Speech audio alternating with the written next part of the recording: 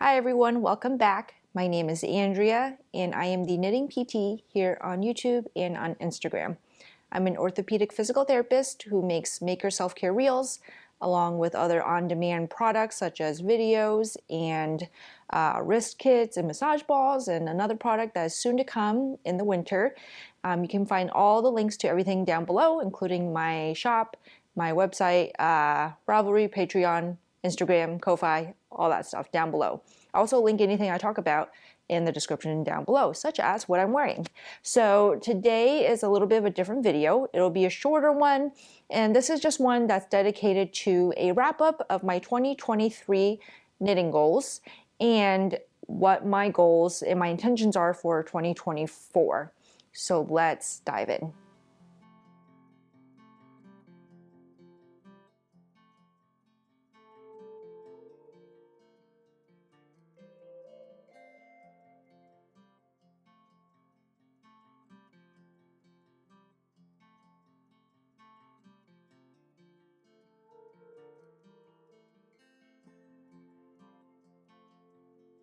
All right, so before we dive into everything, let me talk about what I'm wearing, because I know that's usually what everyone wants to know. So what I'm wearing, this is the Weekday Pullover by Amy Sher.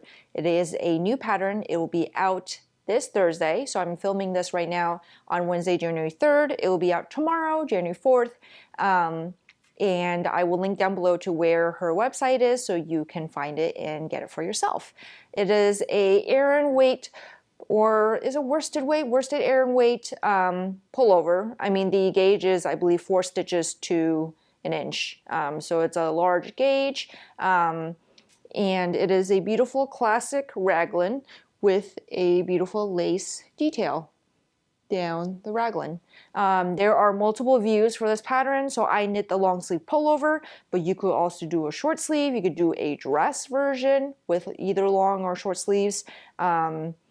Yeah, it's a beautiful pattern. I really enjoyed knitting it up. Mine is knit up in Woolfolk Luft, which is I believe they classify as bulky weight, but I've found that I can knit it at worsted weight gauge, basically. And this is what the fabric looks like up close. And yeah, it's a really lovely pattern. I've worn it several times since I finished it. I'm wearing it here today. You can see maybe that I have a shirt underneath because it's cold. But I'm wearing it here with some high-waisted pants. I also have worn it with skirts before. I imagine it'll be great over a dress also because I knit mine to be about hip height. Like here's the top of my hip bone here, so the hem falls just about there. Yeah. So check out the pattern if you're interested. I can never recommend Amy's patterns enough. They're really well written with a lot of thoughtful details for all kinds of body shapes and sizes. They always incorporate our bust darts, which allows for if you have more breast tissue. I actually do not knit with bust darts because I have no need for it, but her patterns always walk you through how to accommodate for bust darts if you need them. The dress version also has butt darts to accommodate for like hips and extra tissue in your butt too. So that's what I mean that Amy's patterns are always very detailed and thoughtful in that sense. So linked will be down below for where the pattern is.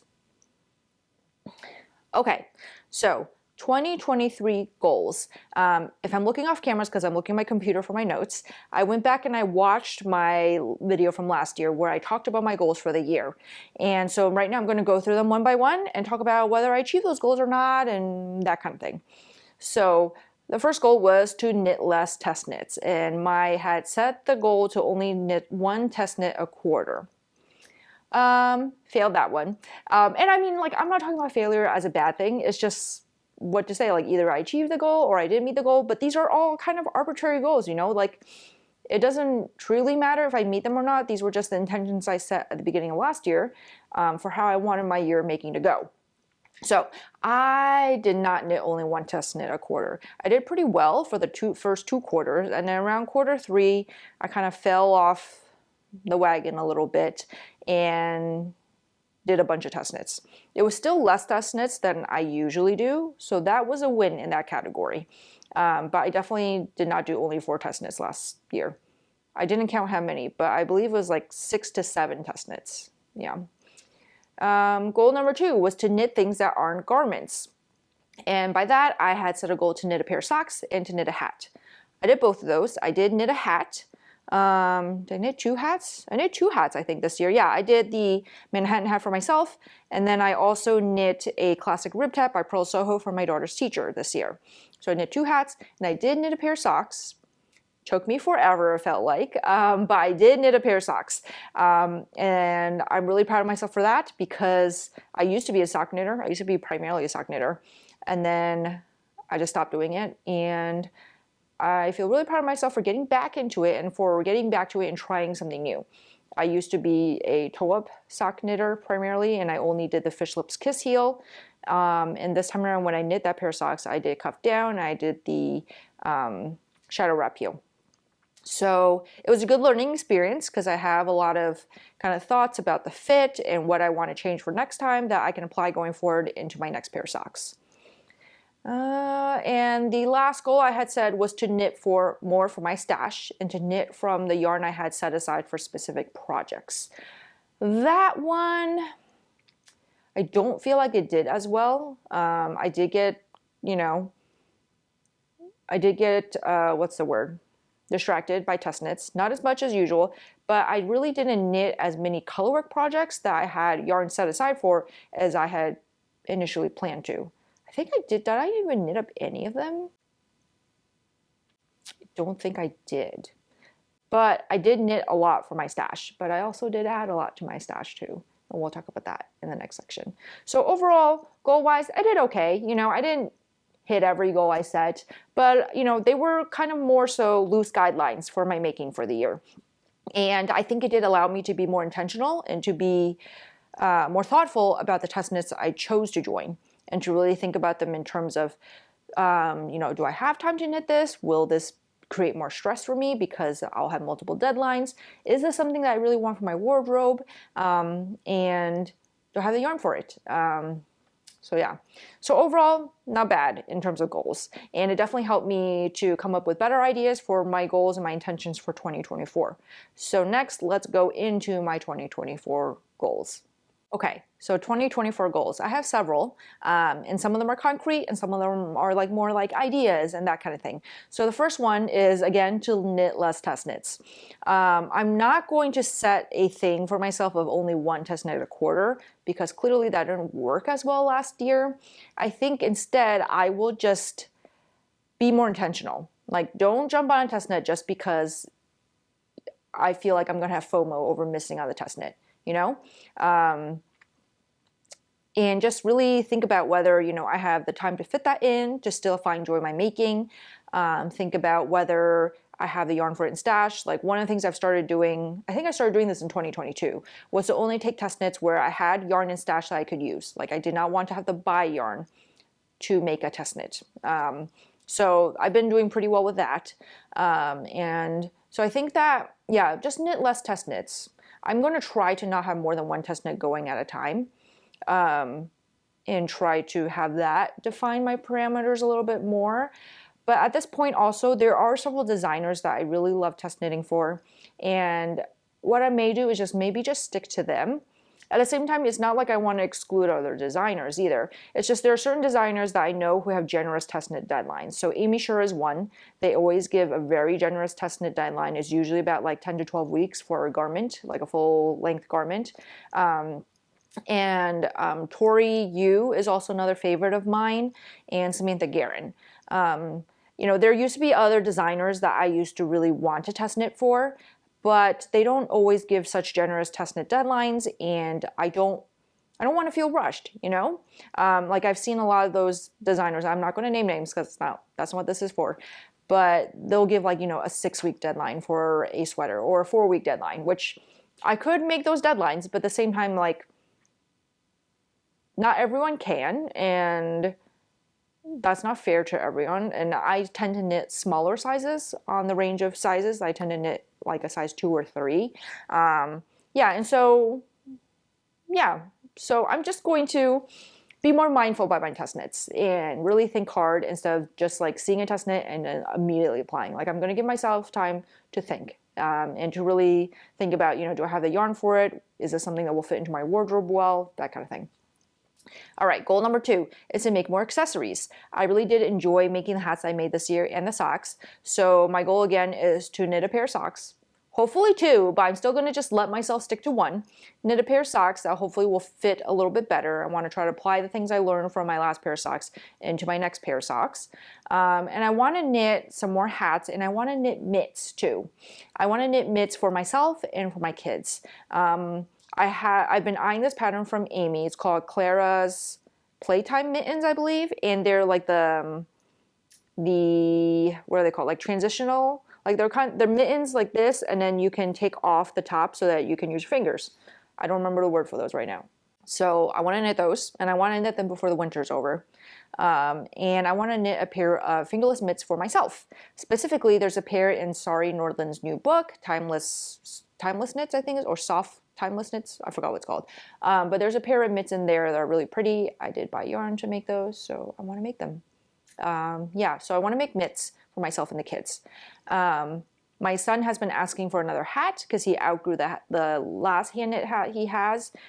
He's been watching me spin my latest spin, fiber spin, and he told me he wants me to make his hat out of those. So I guess he's already claimed that skein of yarn.